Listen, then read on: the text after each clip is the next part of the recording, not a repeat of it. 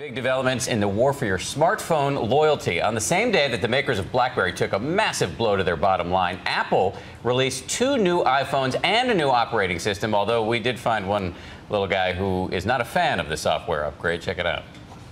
What's different? Everything. Well, you're just going to have to get used to it. No, I don't want it.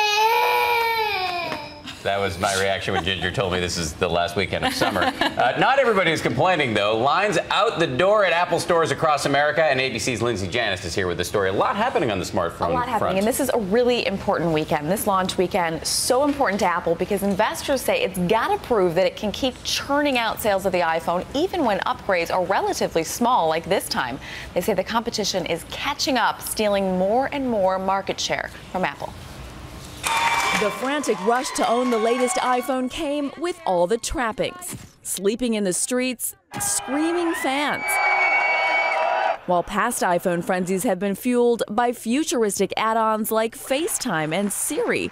Nice weather coming up today through this Tuesday. Friday's most popular new feature, the limited edition gold case. And while most fans didn't strike gold, I didn't get a gold one. No, they didn't have white or gold. They're out of everything. I want the gold one, you know what I mean? Other lucky line standers got a silver lining. Free donuts, hand-delivered by Apple co-founder Steve Wozniak, or a surprise meet and greet with Apple CEO Tim Cook.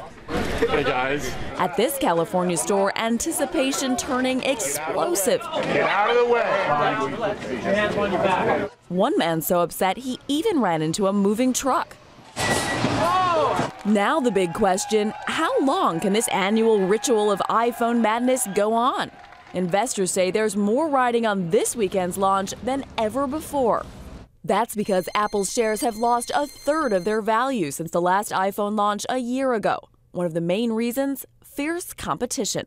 There are tons of Android phone makers, and that's building steam. Lots more Android phones out there now than iPhones because so many companies make them. Samsung, Motorola, Sony. And one of those competitors, BlackBerry, announcing on Friday it's laying off 40% of its global workforce and expects to lose nearly $1 billion in just 1 quarter.